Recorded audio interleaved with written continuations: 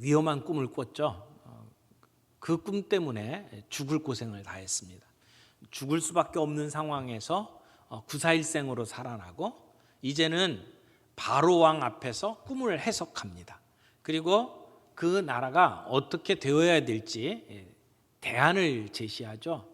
그 이후에 요셉은 그 나라의 모든 대소사 일을 관리하는 관리가 됩니다. 총리가 됩니다. 하나님께서 요셉에게 꿈을 보여주심으로 하나님이 어떻게 이 세상을 통치하실지 다스려 가실지를 미리 보게 하셨습니다. 하나님께서 왜 이 하나님의 백성을 구원하는 역사의 무대가 이 애굽이라고 하는 대제국이 되어야 하는지, 또는 이 일을 위해서 7년 동안 풍년이 들게 하시고 7년 동안 흉년이 들게 하시는지 우리는 그 이유를 잘 몰라요. 요셉도 지금 이 일에 쓰임받고 있습니다마는 처음과 끝에 모든 스토리를 다 알고 있는 게 아니에요. 자기에게 보여주시는 만큼만 보고 그리고 순종하며 따라가는 것입니다. 내가 왜 이 고난을 당해야 되는지, 내가 왜 감옥에 들어가 있어야 되는지 요셉이 그 이유를 다 알고 순종한 게 아닙니다. 오늘 우리의 삶도 마찬가지예요. 우리 앞에 일어날 일들이 어떤 과정을 거치고 어떤 일들이 벌어질지 잘 몰라요. 내가 지금 겪고 있는 이 일의 이유가 무엇인지 우리 잘 모릅니다. 그러나 분명한 것은 하나님이 이 세상을 다스리고 계신다, 하나님이 온 땅의 주인이시다라고 하는 것이죠. 우리가 그 믿음을 가지고 살아간다면 오늘 비록 힘들고 어려운 일이 있다 할지라도 그 주님의 뜻 안에서 순종하며 살아갈 수 있게 된다고 믿습니다. 이 이야기를 가만히 보면 하나님께서 정하신 방법이 있어요. 하나님께서 정하신 때가 있어요. 그 일들을 하나님이 정하신 사람을 통해서 이루십니다. 바로는 꿈을 꿨지만 그 꿈의 의미를 알지 못합니다. 그래서 요셉에게 해석을 해달라고 이야기하죠. 꿈을 알고도 어떻게 할 줄을 모릅니다. 하나님의 사람을 통해서 하나님이 이 역사를 이루어 가시는 것을 보게 되는 것입니다. 오늘 이 세상에 하나님께서 우리 믿는 사람들을 통해서 하나님의 역사를 이루어 가심을 믿을 수 있는 믿음의 눈이 있기를 바랍니다. 오늘 요셉의 이야기를 보면서 이 요셉 이야기의 주인공이 사실은 요셉이 아니라 하나님이라고 하는 사실을 우리가 볼 수 있기를 바라고, 그 하나님의 뜻 안에서 지혜를 얻고 순종하며 살아갈 수 있는 저와 여러분들이 되기를 바랍니다. 첫 번째로 볼 것은 하나님의 손이 함께 하심으로 경험하는 요셉의 형통함을 우리는 보게 됩니다. 7년 동안의 풍년이 있다고 그랬는데 요셉의 인생 가운데 이런 풍년이 없었을 거예요. 대단한 풍년을 경험하게 되는 겁니다. 요즘 말로 표현하면 대박이죠. 한꺼번에 요셉에게 놀라운 일들이 벌어졌어요. 그 히브리 노예 청년이 이제는 애굽 전체를 관할하는 자가 됩니다. 총리가 되죠. 승진하는 겁니다.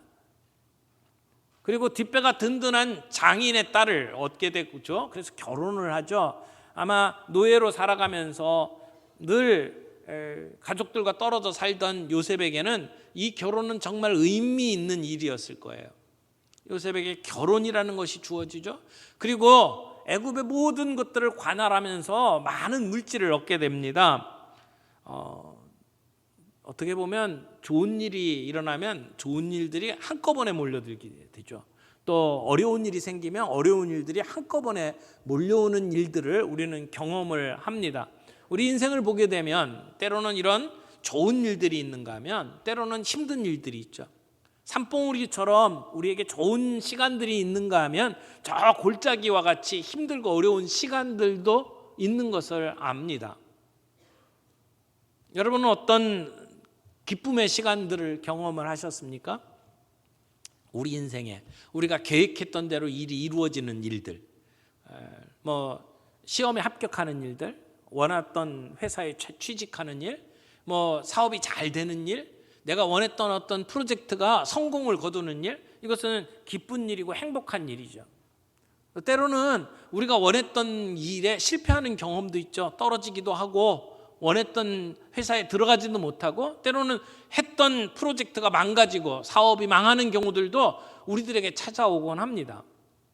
그렇게 우리는 기쁜 일들이 있는가 하면 슬픈 일들이 있고 또 행복한 시간이 있는가 하면 불행한 시간도 우리의 인생에 있게 마련입니다.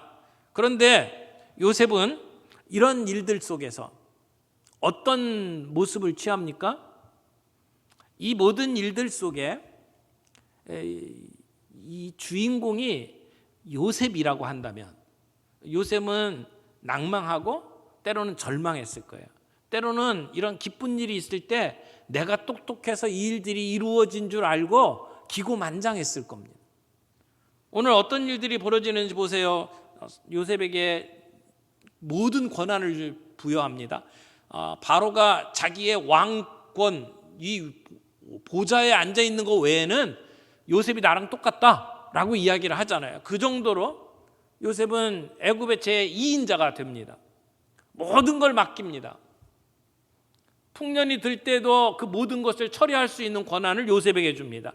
흉년이 들 때에도 사람들을 구제하고 나눠주는 일들을 요셉에게 합니다. 나에게 오지 말고 요셉에게 가라고 이야기를 합니다. 그 정도로 요셉은 막강한 권한을 갖게 됩니다. 새 이름을 얻게 되죠. 사브낫 바네아라고 하는 이름을 갖게 됩니다. 그 말뜻을 살펴보니까 두 가지 뜻이 있더라고요.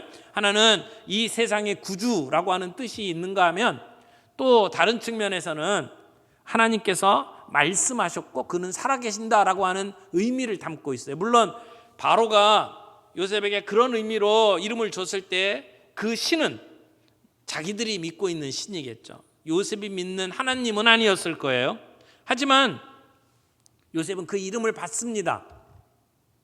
그리고 자기의 고백으로 그 이름을 사용하죠. 하나님이 살아계시고 하나님이 말씀하신다라고 하는 그러한 생각으로 아마 요셉은 애굽에서 살아갔을 거예요. 그리고는 아내를 얻습니다. 온의 제사장. 온이라고 하는 것은 태양신을 섬기는 신전이 있는 도시 이름입니다. 이 이집트의 수도가 카이로죠. 카이로에서 북서쪽으로 한 11km 정도 떨어진 곳에 온이라고 하는 도시가 있는데 그 도시의 태양신을 섬기는 제사장 중에 우두머리입니다. 그러니까 이 애굽에서 섬기던 신들이 여러 신들이 있는데 그 신 가운데 주신이 태양신이에요. 그러면 이 제사장들 가운데 가장 막강한 사람이라는 것을 알 수 있겠죠. 그런 제사장의 딸과 결혼을 합니다. 바로 왕이 왕족과 결혼은 못 시키니까 그런 힘을 가지고 있는 그러한 제사장의 딸과 결혼을 하도록 배려를 한 겁니다. 어쩌면 애굽 사람들이 이렇게 깔아보는 족속 히브리 사람이잖아요. 게다가 노예였습니다. 그리고 젊어요. 근데 그가 온 애굽을 다스리는 자로 서게 됐을 때에 사람들이 인정하지 않을 수 있습니다. 갑자기 굴러온 돌이 박힌 돌을 빼가네? 이렇게 얘기할 수도 있을 거예요. 바로가 눈에 뭐가 씌었지? 저런 젊은 애한테 뭘 바라나? 이렇게 생각을 할 수도 있을 거예요. 그런데 그가 그런 세계 속에서 사람들을 이끌 수 있도록 만들어준 배려가 권력자의 딸을 준 거죠. 그래서 이제 요셉이 모든 꿈을 실현할 수 있는 꿈의 무대가 준비가 된 겁니다. 승진도 했어요. 결혼도 했어요. 그만큼 든든한 뒷배가 있어요. 그리고 그가 지금까지 꿈을 해석하면서 준비한 계획이 있습니다. 그 일들을 이루어갈 수 있는 준비를 한 거예요. 그때가 나이 30. 이 고대 사회에서 나이 30은 굉장히 의미 있는 시간이에요. 막 이렇게 오랫동안 살지 못했잖아요. 어떻게 보면 가장 인생의 전성기가 그 시대에는 30이었을 거예요. 그래서 이 레위인들이 성전에서 일하는 일들을 시작하는 것도 30살. 다윗이 왕위에 올라서 왕권을 쥐고 통치를 하기 시작한 것도 30살이었습니다. 예수님께서 이 땅에 오셔서 공생애를 시작하신 것도 30살이었어요. 그러니까 요셉에게 있어서 30살이라고 하는 것이 상당히 의미 있는 시간이었고, 그 이전에는 그가 정치 무대에 뛰어들더라도 사람들에게 인정받지 못하는 나이였어요. 그러니까 하나님께서는 그 30이라고 하는 나이가 될 때까지 그를 준비시켜 온 겁니다. 따지고 보면 그가 노예로 팔려오고 그리고 감옥에 들어가 있던 모든 시간도 쓸모없는 시간이 아니고 30살에 하나님께서 그를 사용하기 위해서 준비해 오신 시간이다, 이렇게 말할 수 있을 겁니다.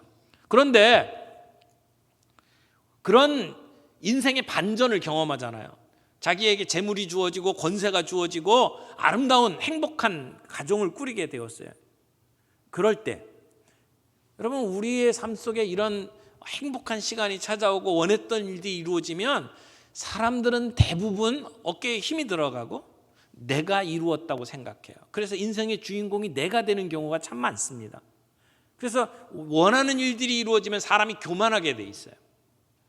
반대로 힘들고 어려운 일들이 생기면 어떻게 생각을 합니까? 나는 안 돼. 나는 해도 되는 게 없어. 그리고 절망하고 좌절합니다. 왜요? 내 인생의 주인이 나니까. 그런데 요셉의 인생은 주인공이 하나님이셨어요. 그러니까 요셉이 절망하지 않을 수 있었던 이유가 거기에 있었던 거죠. 아무리 노예로 팔려가고 아무리 모함을 받아서 감옥에 들어가도 그 인생은 오뚜기처럼 일어났어요. 왜요? 인생의 주인공이 하나님이시기 때문에 그렇습니다. 하나님이 아니라 내가 인생의 주인일 때 우리는 교만하게 되거나 절망합니다. 여러분의 인생을 한번 가만히 생각해 보세요. 내가 잘 나갈 때 얼마나 교만했는지. 나 때문에 이루어졌다고 생각해요. 내가 똑똑하고 내가 능력이 있어서 뭔가를 할 수 있는 것처럼 생각했던 시절이 있지 않습니까?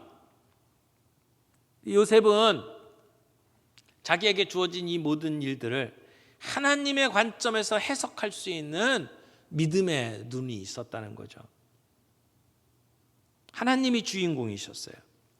그래서 비록 이집트의 총리가 되었지만 그는 완전히 이집트 속에 동화되어서 살지 않습니다. 자기의 정체성을 지킵니다. 여러분, 우리가 이 세상을 살 때에 이 세상의 가치관, 이 세상에 움직이는 원리들이 우리의 신앙과 맞지 않는 경우들이 참 많아요. 우리는 그런 세상 속에 살아갑니다.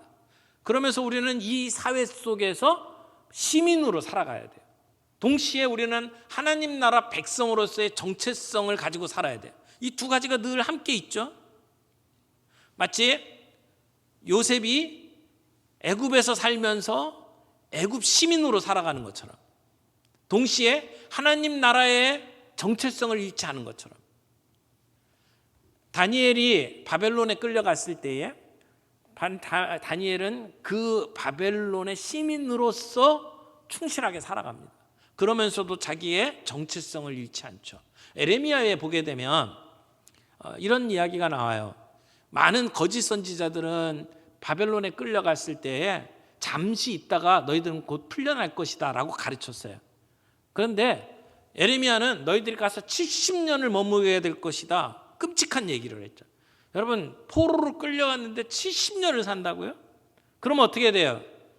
내 때에는 그 결과를 못 보는 거예요. 내 자식들이 바벨론에서 풀려날 것을 기다려야 되잖아요. 그러면 사람들은 절망할 수밖에 없죠. 아니면 우리의 정체성을 지키겠다고 철저하게 그 바벨론 땅에서 이방인으로 살아갈 거예요. 근데 에레미야가 뭐라고 이야기를 하냐면 에레미야 29장 7절에 보면 이렇게 말합니다. 너희는 내가 사로잡혀 가게 한 그 성읍의 평안을 구하고 그를 위하여 여호와께 기도하라. 에레미야가 이상한 소리를 해요. 너희들이 바벨론에 포로로 끌려갔는데 그곳에서 바벨론의 평안을 위해서 하나님께 기도해라. 이게 말이 됩니까? 철천지 원수 아닙니까? 그런 나라에 포로로 끌려갔는데 그 나라의 평안을 위해서 기도하라고요? 그런데 그들이 바벨론에서 살아가면서 바벨론의 평안은 자기들의 삶과 긴밀한 연관성이 있어요. 그래서 바벨론의 영기 평안을 위해서 기도하라고 이야기를 해요. 그곳에 시민으로 살아가라고 이야기를 합니다. 지금 요셉은 애굽에 들어가서 애굽 이름을 갖고 그리고 애굽 관리가 됩니다. 그곳에서 애굽 시민으로 살아가는 거죠. 근데 그 살아가는 삶에 대해서 성경이 비난하지 않습니다. 동시에 요셉은 그 가운데에서 하나님 백성으로서의 자기 정체성을 지켜요. 대표적인 게 뭐냐면 아들을 낳았는데 아들의 이름을 히브리 이름을 줘요. 이집트의 이름을 주지 않고 히브리식 이름을 줍니다. 그리고 거기에 자기의 신앙 고백을 담습니다. 그것을 보면 요셉은 그 땅에서 자기의 신앙을, 자기의 정체성을 지키면서도 하나님 나라의 시민으로 살아가는 거죠. 오늘 우리도 망가진 이 세상의 문화 속에 살아갑니다. 그러면서도 우리는 하나님 백성으로서의 자기 정체성을 가지고 동시에 이 사회의 시민으로 살아가야 합니다. 자, 이제 요셉이 두 아들의 이름을 지었다고 그랬죠. 요셉이 결혼을 하고 자식을 낳습니다. 총리가 된 지 한 5년 정도 된 것 같아요. 아스나시의 두 아들을 낳아주는데, 근데 그 아들의 이름을 하나는 므낫세라고 짓고 하나는 에브라임이라고 짓습니다. 근데 므낫세라고 하는 말의 뜻이 뭐죠? 51절에 보니까 하나님이 자기의 모든 고난과 자신의 아버지 집의 모든 것을 어떻게 하셨다고요? 잊게 하셨다. 잊게 하셨다. 그래서 그 이름을 므낫세라고 지었습니다. 그러니까 므낫세라고 하는 말의 뜻은 잊게 하는 자라는 뜻이에요. 망각하게 하는 자. 그 다음에 에브라임이라고 하는 둘째를 낳습니다. 그 뜻이 뭐라고요? 52절에 보니까 하나님이 자신을 이 궁핍한 땅에서 번성하게 하셨다. 이렇게 이야기를 해요. 이 궁핍한 땅이라고 하는 것은 고난의 땅이라는 겁니다. 자기가 노예로 끌려왔고 그리고 모함을 받아서 감옥에 들어가는 그 고난의 땅에서 하나님이 나를 어떻게 하셨다? 번성하게 하셨다. 그래서 에브라임이라는 말은 번성하게 하셨다라고 하는 의미를 담고 있다는 것입니다. 결국은 이 두 아들의 이름은 요셉의 신앙 고백이요, 요셉의 인생 감사였습니다. 자기의 인생에 하나님께서 자신을 어떻게 인도하셨는지를 바라보면서 감사를 고백하는 이름이다 라고 말할 수 있어요. 여러분, 므낫세 잊어버리게 만들었다라고 이야기를 하잖아요. 그 얘기는 뭐예요? 자기가 여태까지 잊지 못했다는 겁니다. 뭐를? 자기 아버지 집에서 버려진 것을. 요셉은 노예로 일하고 힘들게 살아갔던 것보다 더 그의 마음을 힘들게 했던 것이 아버지 집에서 버려졌다는 사실이었을 거예요. 자기를 죽이려고 했던 형들의 눈동자가 생각이 나고, 그리고 자기를 노예로 팔던 그 냉담했던 형들의 모습이 생각이 났을 거예요. 버려진 거잖아요.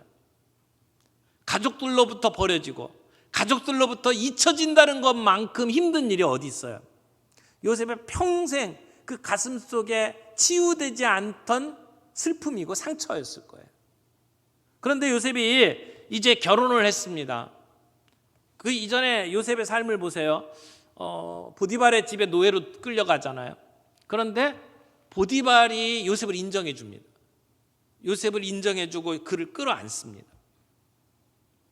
그때 이 형들에게 의해서 버림받았던 것들이 조금씩 그래도 상처가 아물어 갔겠죠.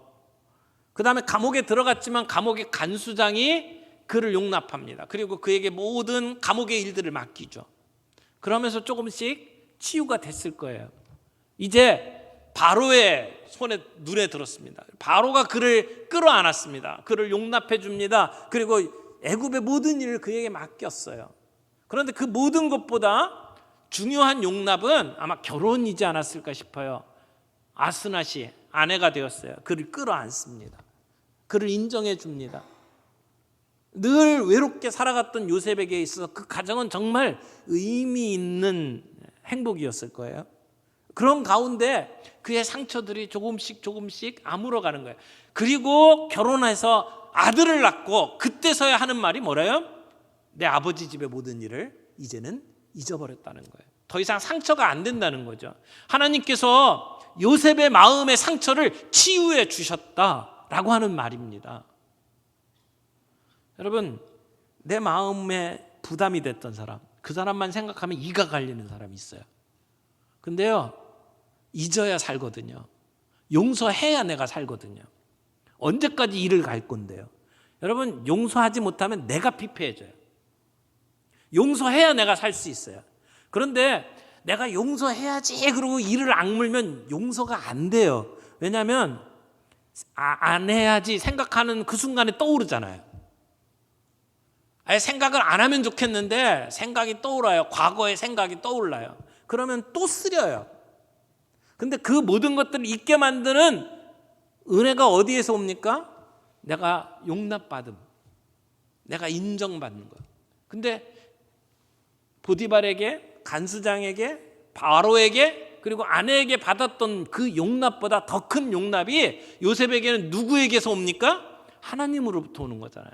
하나님이 나를 용서하시고, 하나님이 나를 품어주시고, 하나님이 나를 인정해 주신다. 그게 요셉에게는 그 쓰라린 상처를 잊게 만드는 힘의 원천이었어요. 그래서 결국은 아들을 낳고 내 과거의 모든 것들, 상처가 치유됐다, 이렇게 선포하고 고백하는 거예요.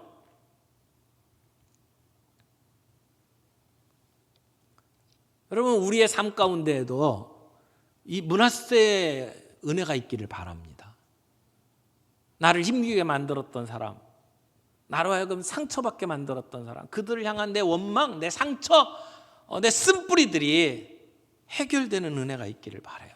특별히 우리가 신앙생활하면서 우리 교회 안에서 우리가 서로를 그렇게 용납해 줄 수 있으면 좋겠어요. 순모임 안에서, 우리 함께 일하는 교회 공동체 안에서 그렇게 서로를 용납하고 인정해 주는 것들이 하나님의 용납을 기억나게 만들고, 그 하나님의 품어주심으로 인해서 내 마음의 상처가 치유되는 역사가 있기를 바랍니다.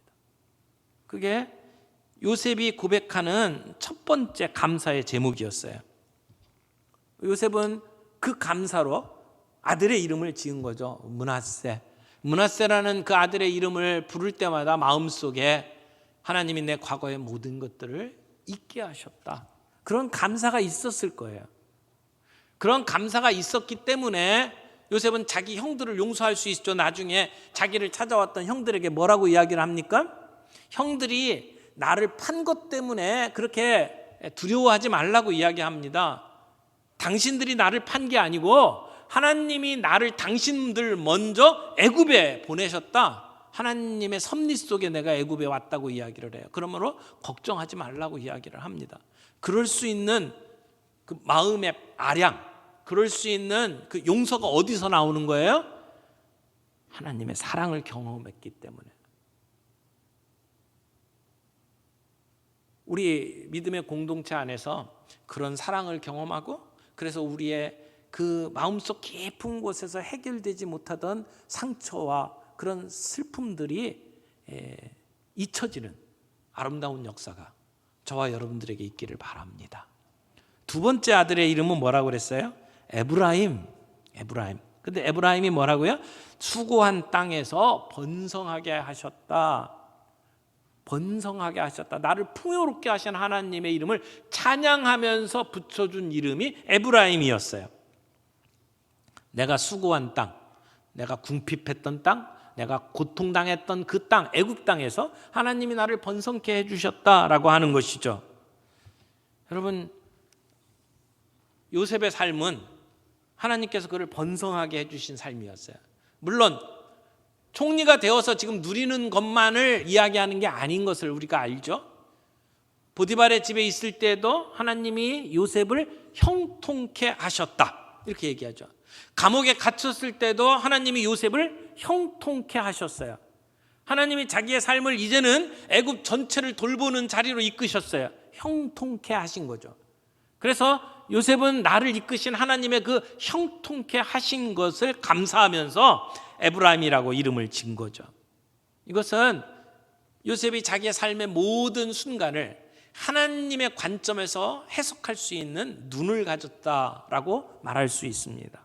그러니까 노예로 끌려왔던 것, 감옥에 들어간 것, 이런 것들이 쓸모없는 일이 아니라 하나님이 나를 여기까지 이끌어 가시는 하나님의 섭리 속에 들어가 있던 일이에요. 쓸모없는 일이 아니에요. 필요한 일이었다는 거죠. 그 눈에서 보니까 내가 애굽에 온 것도, 내가 감옥에 들어간 것도 형통케 하시는 하나님의 손길이었다고 고백을 할 수가 있는 것이죠. 아들의 두 이름 가운데 요셉은 감사의 고백을 하고 있습니다. 그런데 가만히 보니까 순서가 있어요. 먼저 뭐가 이루어졌어요? 하나님의 치유의 은혜가 이루어졌어요. 내 내면을 치유하시는 하나님의 은혜에 감사하는 일, 그리고 그 뒤에 따라오는 것이 풍성케 하시는 하나님의 은혜를 경험하게 된 거죠. 여러분, 우리들의 삶 속에 하나님이 우리의 내면을 치유하시고 우리의 상처들을 아물게 하시는 그런 은혜가 있기를 바라고, 우리의 삶 속에 하나님이 우리를 이끄셔서 형통케 하시는 하나님의 은혜가 있기를 바랍니다. 우리의 신앙생활이 이 경험을 하면서 이루어지기를 바라고, 그래서 우리의 입술에서 나오는 고백이 이런 감사의 고백이 되기를 바랍니다. 요셉이 했던 인생 감사가 우리의 인생 감사가 되기를 바라요. 그래서 하나님, 우리의 내면을 치유해 주신 것 감사합니다. 하나님, 오늘도 우리를 이끌어 주셔서 형통케 하시는 것 감사합니다. 그렇게 고백하면서 살아가는 저희가 되기를 바라요.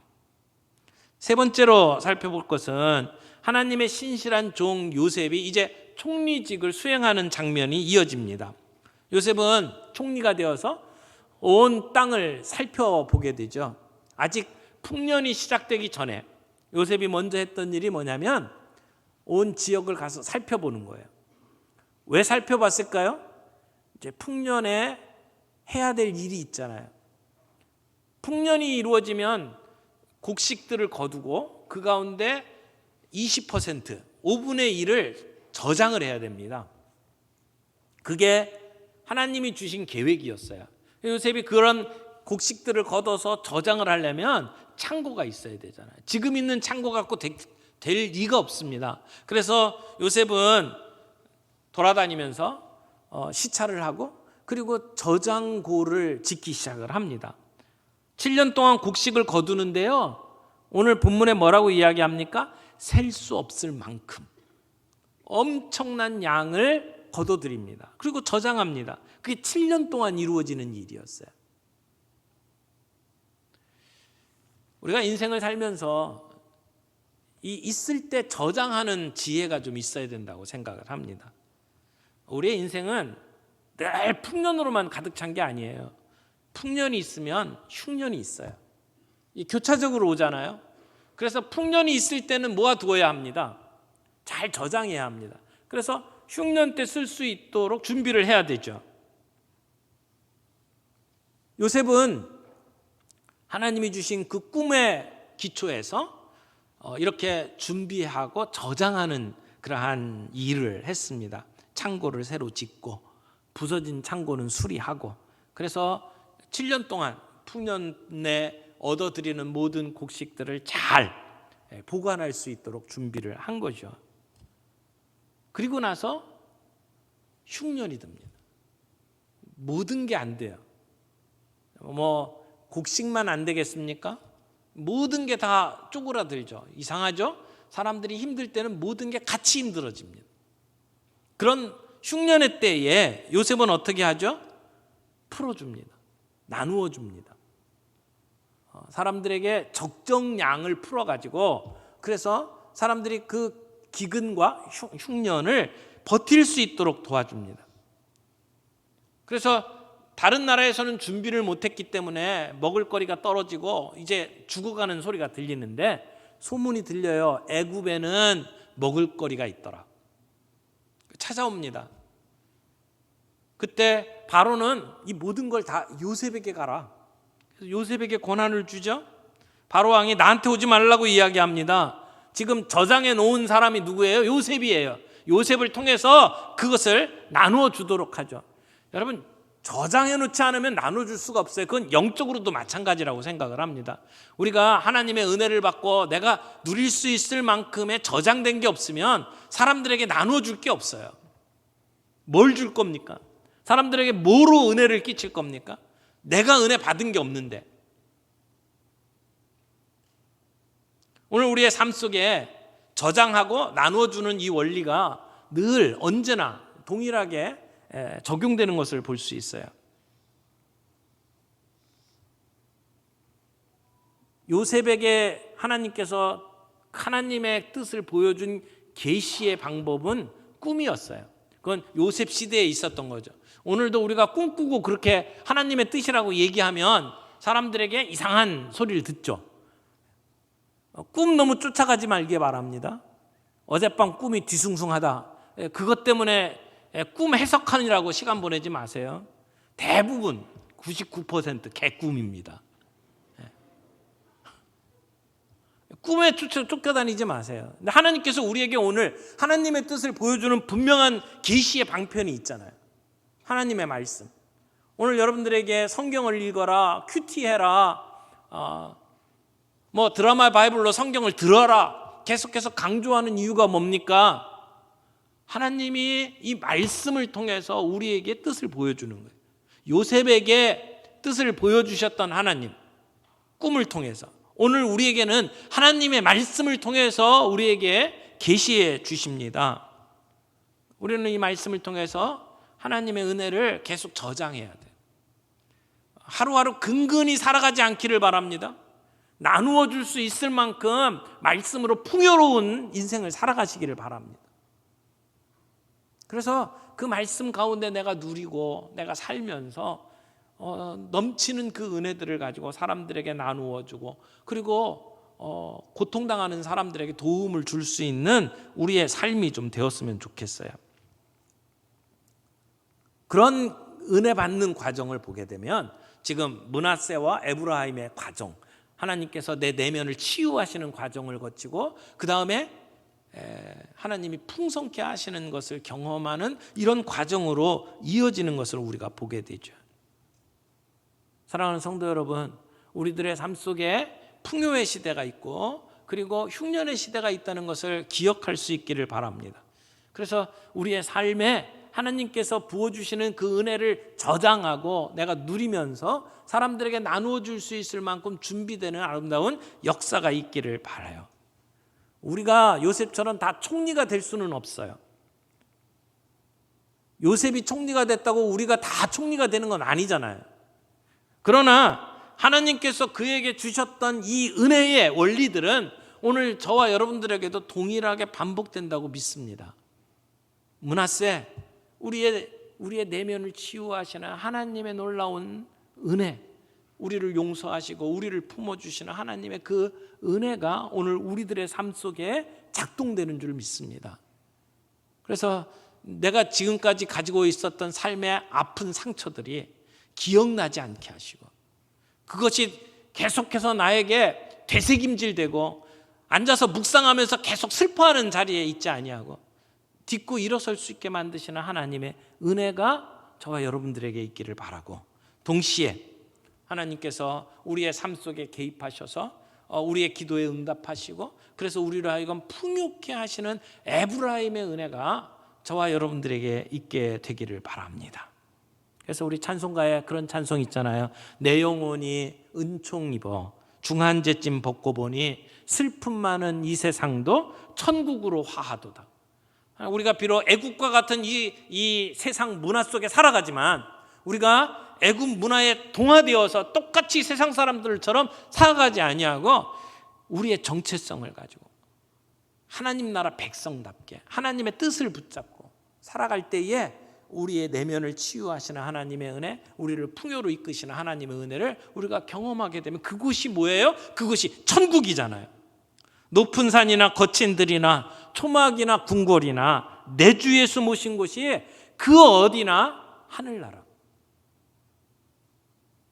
저는 우리 교회 공동체가 그 천국을 보여주는 곳이고 우리가 함께 모여서 소그룹을 이루고 있는 그곳이 바로 천국을 보여주는 곳이라고 믿습니다. 우리의 가정이 천국을 보여주는 샘플이에요. 오늘 그 천국을 죽어서 가는 곳이 아니라 오늘 이 땅에서 우리가 경험하면서 살아갈 수 있기를 바랍니다. 천국의 샘플로 살아가는 저와 여러분들이 되기를 바라요. 그래서 오늘 요셉이 하나님께 올려드렸던 인생 감사, 그 신앙 고백이 저희의 고백이 되었으면 좋겠어요. 므낫세, 내 인생의 모든 아픔, 상처를 주님이 치유하시고 있게 해주신 것, 주님 감사합니다 라고 고백하는 우리의 예배가 되기를 원하고, 에브라임, 우리의 삶을 풍성으로 이끄시는 그 하나님의 은혜 감사합니다 고백하는 이 자리가 되기를 바랍니다.